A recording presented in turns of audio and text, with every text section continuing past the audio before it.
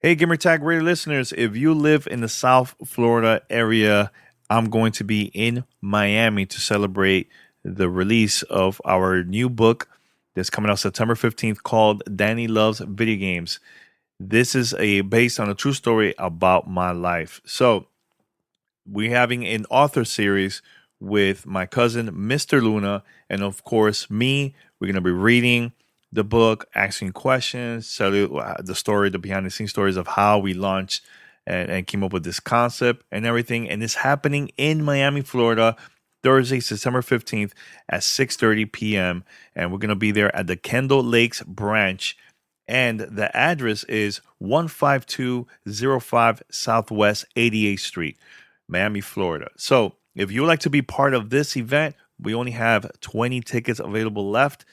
After this is gone. It's going to be a full event. More than a little bit over 100 people. So make sure to go right now and register. So for more information, go to the description of this episode, click the link, and register. I hope to see you there. Remember, also pre-order the book, Danny Loves Video Games, now on Amazon.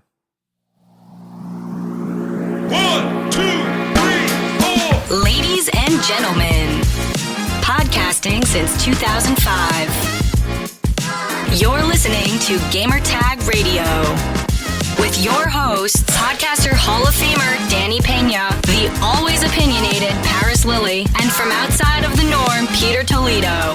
This is Gamertag Radio.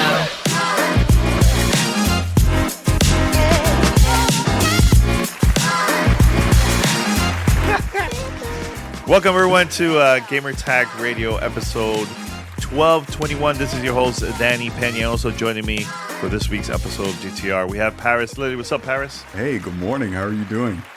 Good. I know I hit you up a couple minutes ago, and you said that was rushing you. No, I wasn't. Just want to say that very quick. Why are you bringing pre-show stuff into the main show? That was for entertainment. We were doing this live. It's all good. Shout out to Pete.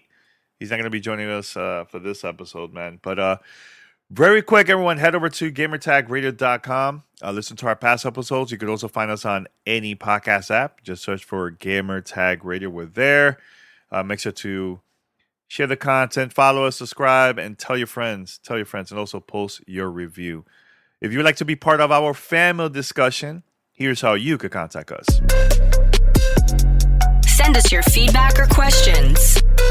Give us a call at 786-273-7GTR. Email us at fanmail@gamertagradio.com or leave a message on speakpipe.com/gamertagradio.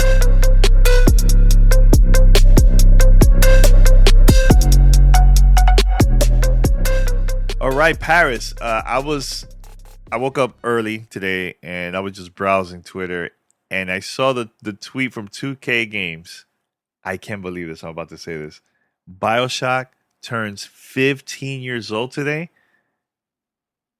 Wow. I still remember listening to Major Nelson's podcast. Yep. I think Kevin Leamy was there talking about BioShock, and he said the demo is available right now. Yep. And I went, downloaded. The demo was amazing during that time of Xbox 360. Man, where were you when that game came out? So I actually take it back a little further. Remember when back when Xbox was doing the XOs? So it was XO6. Yes. And that was my first memory of hearing or seeing BioShock then. And I was like, man, this looks really interesting. Got on my radar. And obviously the whole thing with Ken Levine, all that. And then, this is very early in my podcasting career with Uncle Gamer, because I had just started it, that year in 06. And so flash forward to 07, I remember, we went to the Santa Monica E3 that year, the one, at the hotels and all that. And I got an appointment to see BioShock at that time. And it was that demo. And it was Ken Levine and walked us through the whole thing and all that. And I just remember being in awe. But to your point about Major Nelson, that podcast, I'll never forget that, because I remember listening to that at the time and then said, yep, you can go play it demo now. And then that was kind of one of those first first moments early, in the gaming era with Xbox Live and everything, where you can instantly go grab something and download it and play it. And it was just transformative to me. It's that demo is to this day is just very special to me. I love that world of Rapture. I love the concepts of the big daddies and the little sisters and all the different powers that you get, just everything, Andrew Ryan, everything that goes with that game.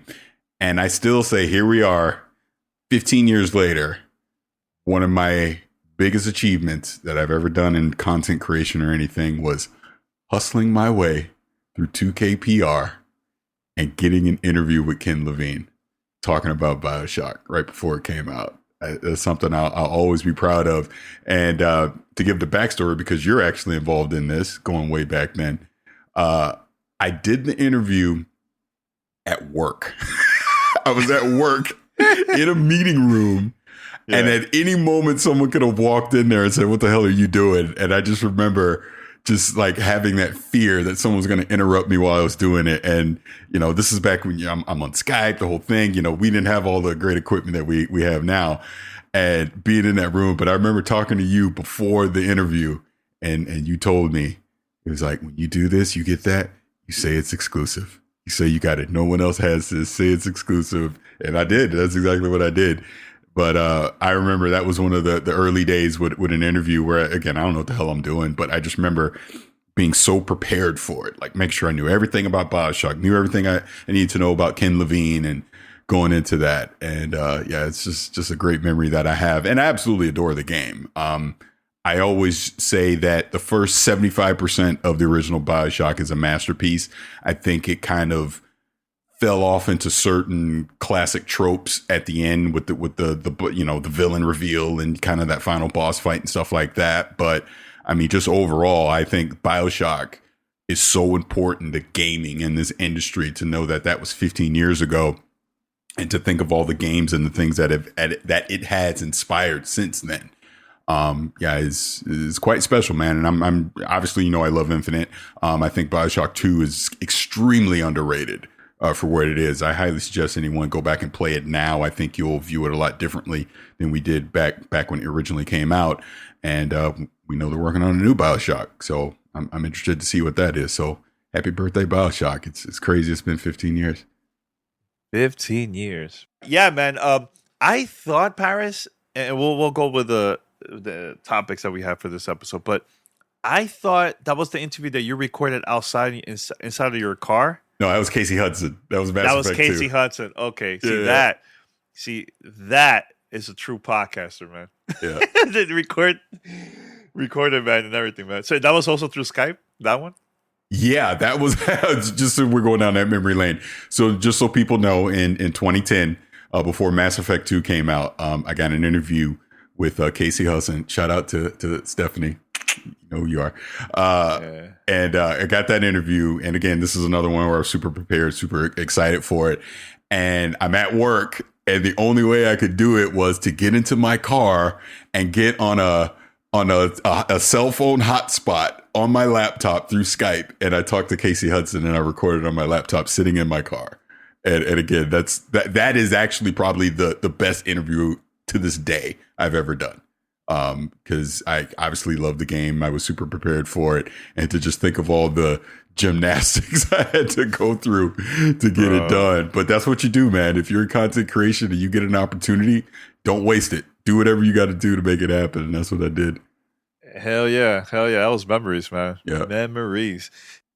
All right. So first thing first, Paris. I know Gamescom is this week. There's going to be a lot of news coming up.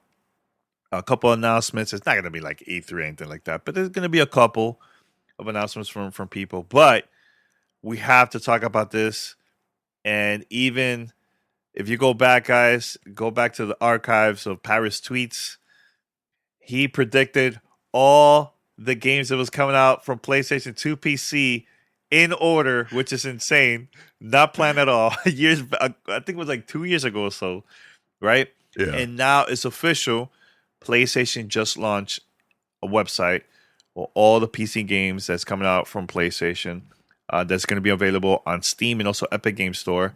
And there's a section 2 that coming soon. That section 2, of course, is going to get updated in the future, man. But personally, for me, it's exciting to see this because, ever since I got my Steam Deck, I think besides Vampire Survivors, PlayStation games are the ones that I've been playing the most, especially now with Spider-Man, Horizon, God of War, and it looks great on the Steam Deck, man. And I also played it on a PC. So your thoughts about, PlayStation finally having an official website? Like now you could tell like this is like they're taking this very, very serious on releasing their first party games to the PC. I am actually going to flip it back onto you because I think I've talked about this a lot. And yes, I'm actually more curious to know what you think about PlayStation. For me, I think it's great. I think that there's a lot of people that have never experienced these dope games that came out for a PlayStation 4, and also for this generation. For these games to come out to the right now on the PC, that's going to open the doors for a lot of the new gamers that are going to play Spider-Man for the first time, God of War for the first time, Horizon. And this could be also an opportunity for PlayStation. Let's say, for example, the new God of War that's coming out this year. If people love the last God of War that they played on the PC, this will be an opportunity for them to buy a PlayStation 5 and also get part 2 if they really want to play that, or wait until the PC version comes out, because let's keep it real, that version is also going to come out on PC in the future, so that's a cool thing. Another thing is a game like Spider-Man. To me, I think that's like one of the most important games that could be playable right now on the Steam Deck, especially on the go. If you're a fan, even if you don't have a PC, don't have a PlayStation, this is like another opportunity for you to play that, So I think it's good. I think it's going to open the doors for a lot of new people to join into the PlayStation ecosystem, I think, personally, for me, my opinion. Yeah, and I'm of similar mind as well. I mean, it's just it's good if you're a gamer. It's just good for gaming. It's taking great games and putting it on another platform and exposing it to more people. That's, in simple terms, that's all this really is. Obviously, there's business aspects to it. PlayStation's going to be able to increase more revenue by doing this. We know they're going to expand into more live service games, so it would make sense that those games are going to be on PC, things like that. So, this is early days still. They're basically dipping into the PlayStation 4 library and pulling out some of the bigger titles from the PlayStation 4 era and then bringing them to PC. But as we see right now, even with Spider-Man Remastered, I mean, that's a PlayStation 5 title. Bringing that there, we're eventually going to start seeing, Forbidden West, Returnal has obviously been heavily rumored. I would imagine that God of War Ragnarok will show up there at some point. You'll probably even see something like Gran Turismo 7 show up on the PC as well. The rumors now about PlayStation having their own PC launcher and tying PSN IDs and trophy support into it potentially. Ultimately, it could lead to, like right now, they're already saying, they're not going to do cross-buy, where basically if you buy a game on PS5, you automatically get it on PC. But you could see, at least at a minimum, some kind of cross-save support where, again, let's just take as an example. I'm playing God of War Ragnarok on the PlayStation 5. PC version comes out.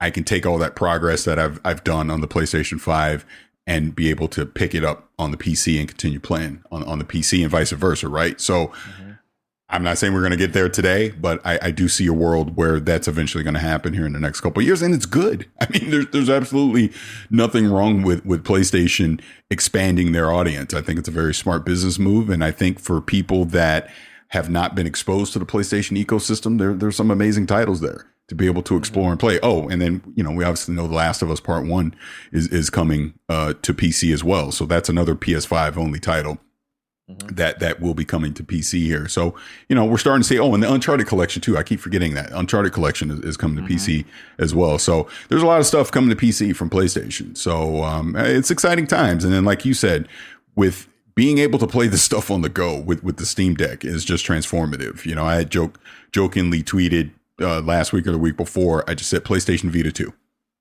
That's all I said. And I think I put this, and I had the Steam Deck with Spider-Man on it. And, people were commenting about it, but that's what this is.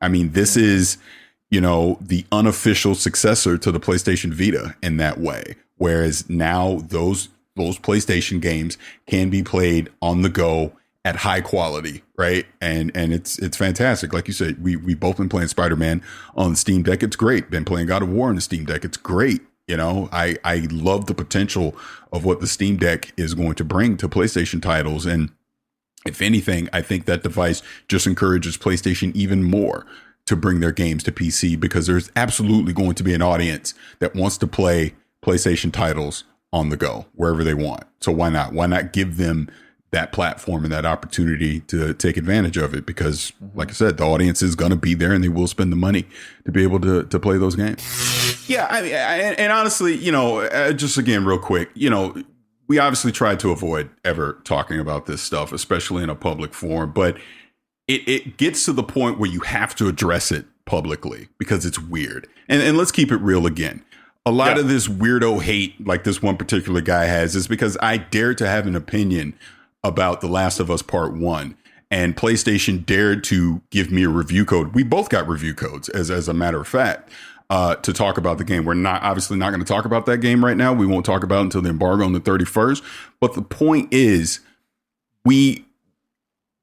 you are allowed to be critical of something as long as you can do it from an educated point of view. That's it. That's literally it. It is okay to have a differing critical opinion sometimes of something. At no point have I ever criticized the game itself. I have criticized basically the business practices of charging a full retail price for something that majority of people that are going to pick it up in a few weeks have already played it. That's it. But it's twisted into this weird narrative of, because I'm associated with Xbox, I'm not allowed to have a critical opinion about anything that is PlayStation. And it's weird because if there was anything on record to show that I was just, because I saw a dumb tweet where someone said I had a secret agenda to try and bring down the PlayStation brand. My response to that is, if it was a secret, how would you know? Number one. But number two, if I really was on this weird narrative that's what I was doing, do you know how many screenshots there would be and video clips of me doing that would already be on the internet right now? The reason you don't see them is because they don't exist. If anything, you Google my name in PlayStation, you will see me talk about how much I adored Ratchet and Clank. You will see me talk about how much I adored Returnal. Excuse me. You will see me talk about how Miles Morales literally brought me to tears at the end. I enjoyed it so much, right? Astro's Playroom, again, that comes with the PlayStation 5, how phenomenal of a game that is. You will see me sing the praises of the DualSense on an Xbox show, by the way, versus what an Xbox controller is. Things like that. So when I talk about I want to see more games on PlayStation come to PC, it's because they're great freaking games and I want more people to play them. It's like, I don't understand how grown adults can be just so tribalistic and gatekeepy with this stuff. And they make it, because I talked about this, I was on Twitter Spaces earlier this week and I talked about this a little bit, but how much people make this stuff personal. It's almost like you're tying your own self-worth into defending a brand instead of just celebrating games. That's what all this should be about. It should be about playing games and having fun playing games. Not every game is going to be great. And when it's not, it's okay to have a critical opinion about said game. But people have this thing of, like I said, I'm obviously a target right now because I had a differing opinion about something.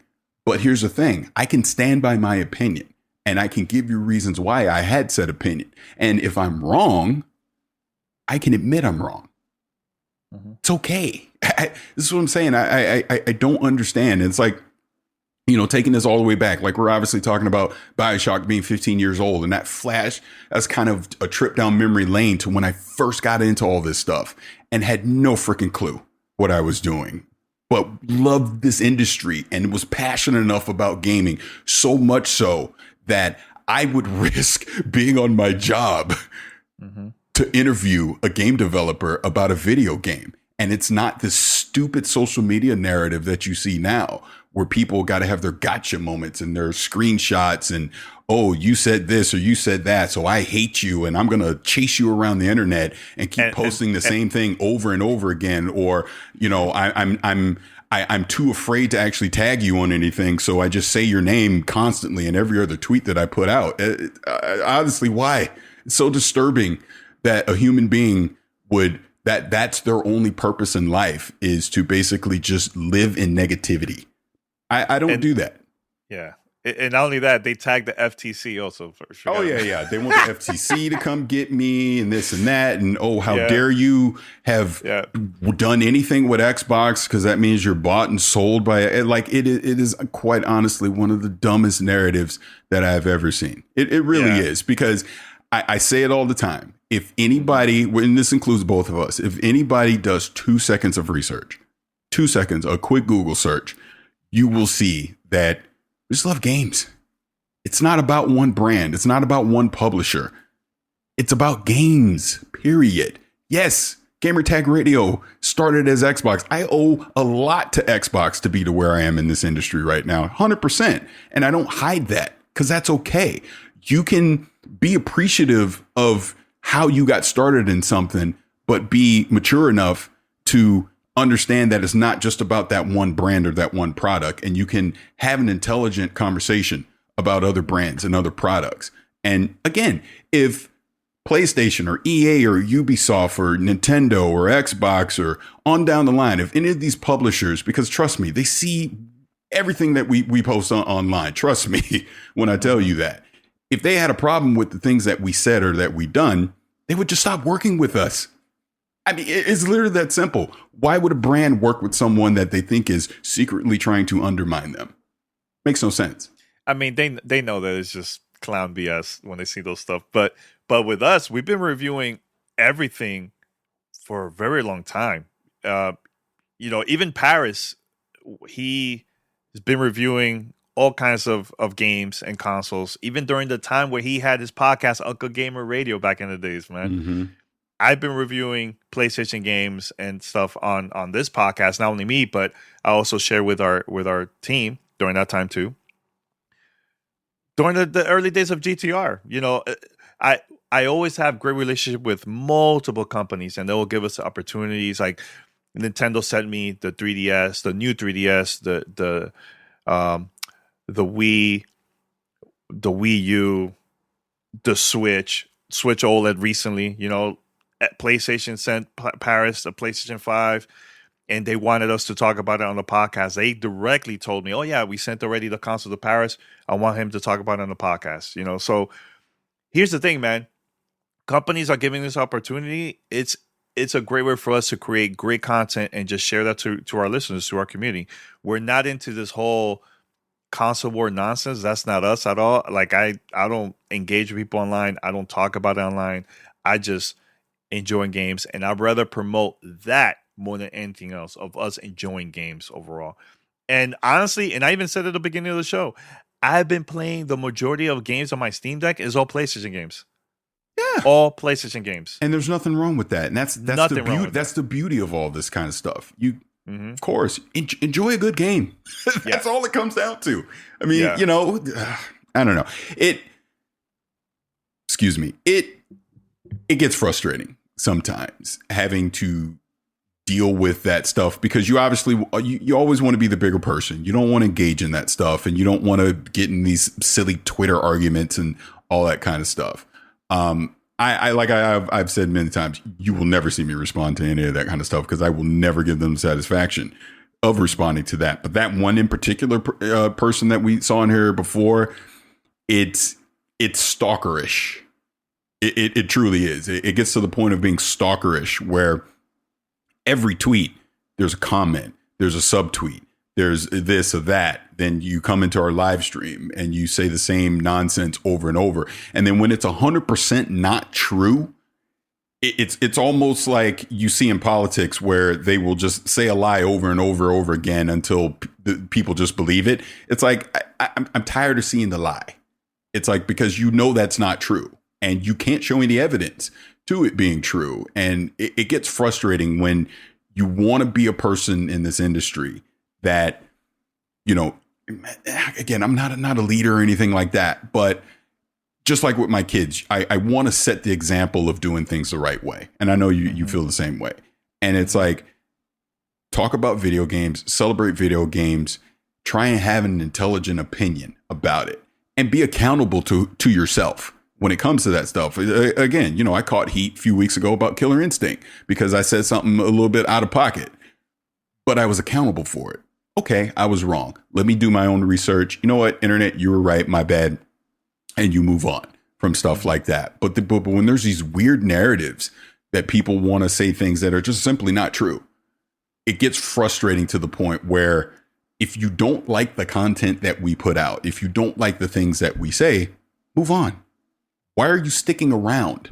Why? It's like, this is your only purpose in life is to basically just hate watch someone. Trust me, if I don't like your content or I don't like you, I am not following you on the internet or your content. I move on to do something else. So I don't know, that honestly just, that struck a nerve when I saw that. And I know we completely derailed the show. That's okay. But it's okay. I'll remove the part that we talked directly to him, but I'm going to leave the part on the podcast of us, because it relates to the PlayStation PC conversation that we have. Some certain parts, I think it would be great to have it on a podcast, you know. So, and I apologize for those who are watching this, but after a while, it gets so frustrating that we need to say something to defend ourselves, you know, because it is just straight up lies and people subtweeting and all this stuff. Grown men, grown adults doing this nonsense. It's like, bro, I have way too many things going on in my life that I don't interact with this online at all. I'm super busy. I'm doing cool stuff that I just want for our community to grow and do bigger things in life instead of this nonsense that we see online. You know what I'm saying? So 100% just want to say that. Just want to say that very quick, man. But yeah, by the way, Paris, I'm excited that it looks like the Uncharted, the Legacy of the Thieves collection, that one, it looks like it's going to come out first and then Miles Morales, because Miles Morales comes out fall of this year, and Right. Uncharted for the PC later this year, but doesn't say fall. Yeah, because I mean, you know, remember I can't review did too, but I reviewed the Uncharted collection in January when it came out on PlayStation 5, and you know, they were even saying then it was going to come to PC this year, but like you said, they've never put a date on it. And it's so funny that you bring up Miles Morales coming to PC, because what do you think I did after I replayed it again? Spider-Man remastered on PC. I went back on PS5, started playing Miles Morales because I didn't want it to end. I wanted to keep it going, man. That game's so freaking good. Yeah, it's so good. I even got emotional playing that game because, you know, my mom lives in East Harlem in New York, and playing that game reminded me so much of, you know, living there and visiting her. And that was during the time where we were all at our house because of the pandemic. And, you know, I feel like I could relate to that story so much more than the one that is out now, Spider-Man Remastered, you know. So I can't wait to play that again. I'm definitely. Oh, dude. Yeah. I can't. Definitely gonna play that. I mean, look, we say it all the time, but representation absolutely matters. I've said it many times. My kid's Spider-Man is Miles. It's not Peter. Like, I obviously grew up with Peter, but they identify more with Miles, and I think that's very important. And look, like I told you at the end, with spoilers, but when they say you know you're our Spider-Man, that whole thing at the very end, oh yeah, you damn right I shed a tear on that because I felt it. It felt genuine. It felt earned at the end when that happened. So I say to anybody, if you've not played Miles Morales yet on PlayStation 5, or you're just waiting until it comes on PC, absolutely play that game. I mean, it's obviously a shorter experience than the main Spider-Man game, but it's definitely worth your time to play. It's a lot of fun. It's powerful story. Mm-hmm. So good. Yeah. Speaking, man, we're talking a lot about PC and PlayStation, man. Oh, no, we're Xbox. The next one, we're not supposed to do that. No, the next one, Death Stranding, also coming to Xbox Game Pass. I think. Look, we have to talk about this because when I saw that tweet from Game Pass, the Xbox Game Pass PC, that it had the image of Death Stranding, like the world, how it looks, I was like, oh boy. I think it's official. I think it's coming, man, on PC. I knew it wasn't coming to the console because, you know, PlayStation has that exclusive for the PS5, for PlayStation. But yeah, seeing this coming out to the PC, that's great because 505 Games is the company that's publishing the PC version of that. So they made a deal with Xbox, and that's coming out Xbox Game Pass PC. And honestly, I think that is great because Xbox Game Pass PC needs more content, needs more games. There's a lot more games on console than the PC version, right? So what you think about this move, Paris? Look, I'm not a huge fan of Death Stranding. Like, I'm not gonna go out there and download and play it, but there's a lot of people that's always been curious about it, and there's some that are a huge fan of just Kojima, no matter what he releases. So your thoughts about this move, man? No, I'm Kojima. Yeah, I'm glad to see it in this sense. Like, it's funny because I'm with you. I'm not. I couldn't get into it. Like, ironically enough, I already have the PC version of Death Stranding because 505 had sent over a review code when that originally came out last year. And I tried to play it and I just couldn't get into it. It's not for me. And I kind of knew that ahead of time, even when it was on PlayStation, that it just wasn't for me. So it's not about me playing it, enjoying it, but I know there's a lot of people that really like Death Stranding. And just, like I said, you can go buy it on PC right now. You don't have to subscribe to Game Pass if you want to play it on PC, but it just provides another avenue for people to go out and try it. So if you have people that have PC Game Pass that may have been on the fence about trying out Death Stranding, now you can go try it. Hey, if it's for you, great. Go play it, start to finish and enjoy it. If it's not, okay, at least you gave it a shot. So, I understand this was in a way a loophole to get a PlayStation IP into Game Pass. And obviously we know there's a contingent out there that's a little upset about that, but really there's nothing to be upset about because, again, if anybody wanted to already play Death Stranding on PC, they had the opportunity because it's been available now for, I think, like almost a year, if not longer at this point. So this isn't like all of a sudden brand new to PC, new thing. It's just now it's coming to a subscription service on PC and people can take advantage of that. So again, I see no harm, no foul kind of thing. I think it's a good thing. One, I have two more things that I'm going to bring up over here. One is there's a leak. Again, shout out to Amazon for posting this. But it looks like Dead Island 2 is coming out February 3rd of 2023. There's going to be way too many games coming out during that time.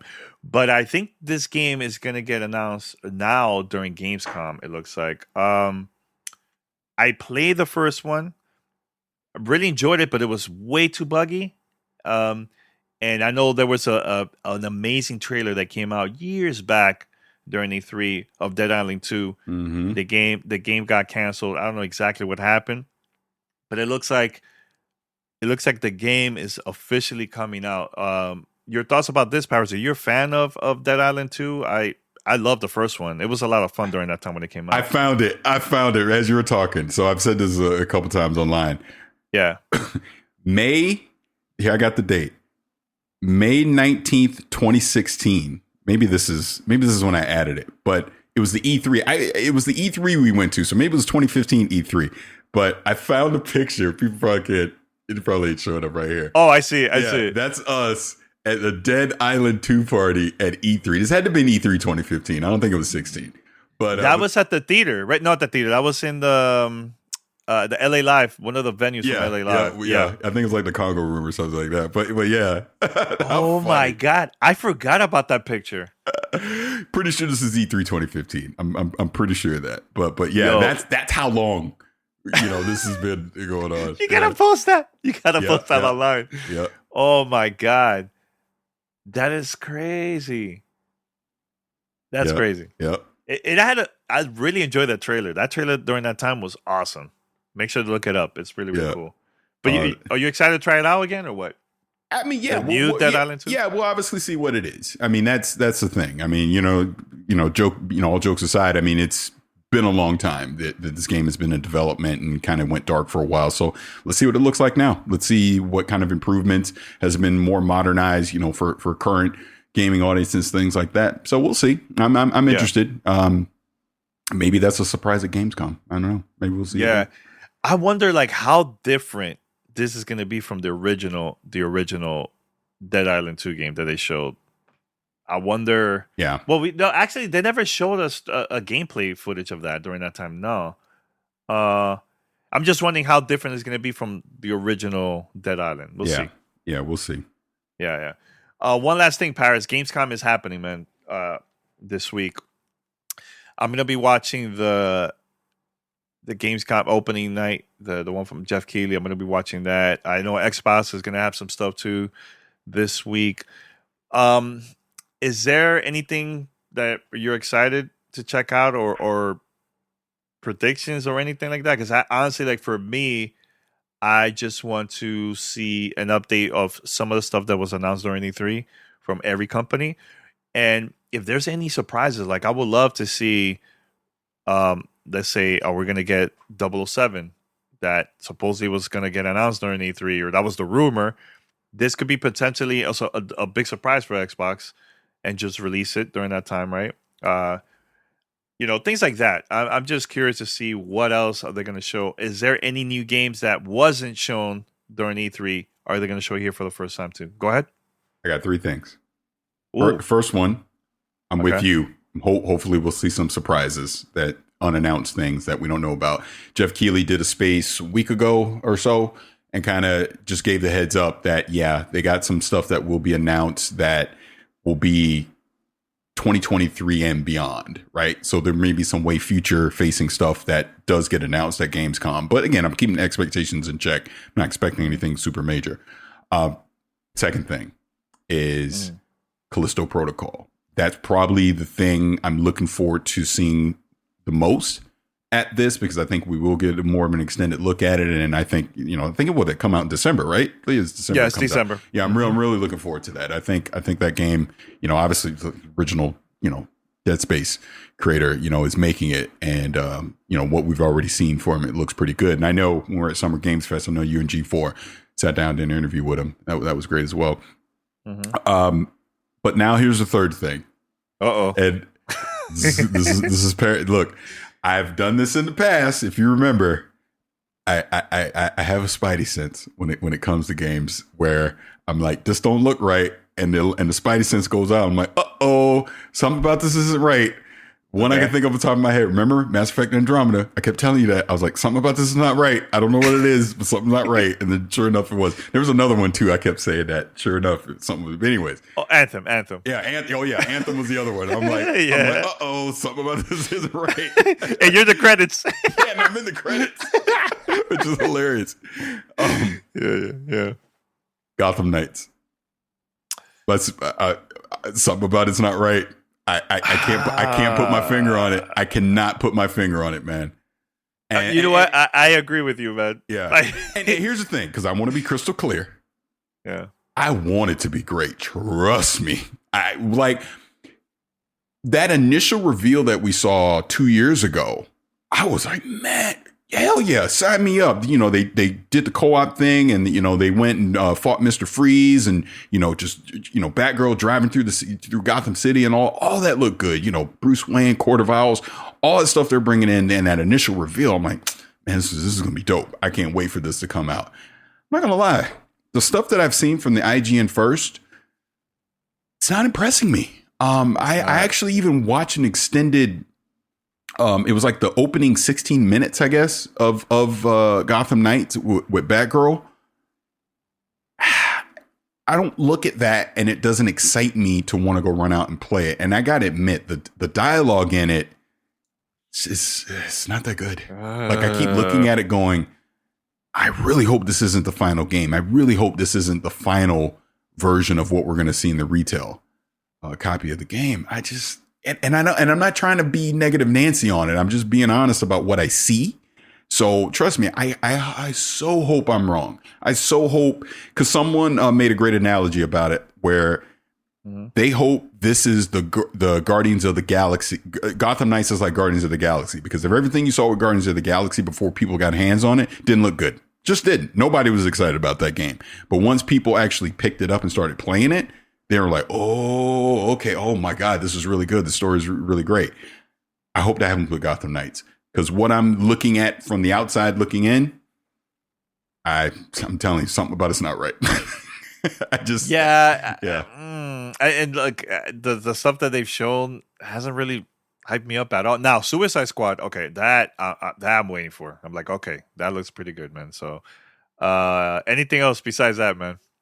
Besides that, those are the top three. That's it. Yeah, for that's you? the top three. I mean, the rest we'll just see how Gamescom plays out. I'm sure Jeff Keighley's going to put on a phenomenal show. This is the first time since 2019. They're doing an in-person event, so let's see how it all plays out. But yeah, Yeah, probably about it for Gamescom. Just excited. Oh, I'll say one last thing. This is actually not Gamescom, but it's going to air right before Gamescom. Bungie's having their big Destiny 2 showcase for Lightfall, and yeah.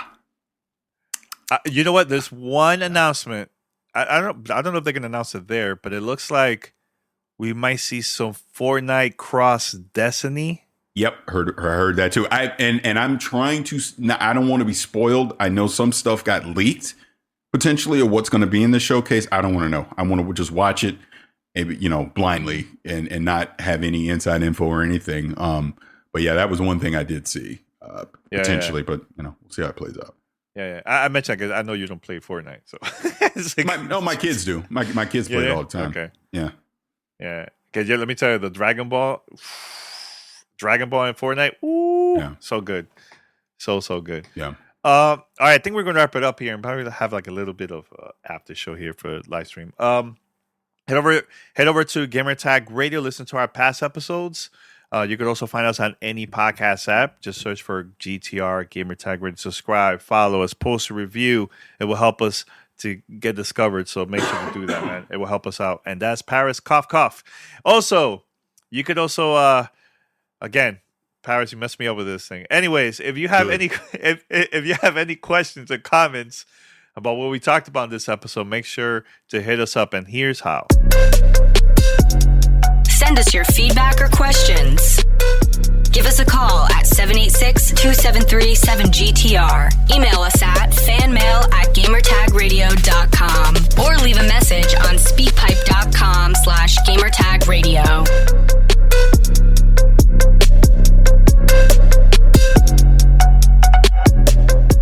All right, we're going to wrap it up here. Shout out to Pete, all the way from Europe. Paris, thank you, man, for recording this episode, man. This was a lot of fun chatting with you, man. As always, man. Of course. All right, everyone.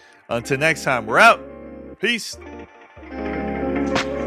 Thanks for listening to Gamertag Radio. Be sure to like us on Facebook and follow us on Twitter.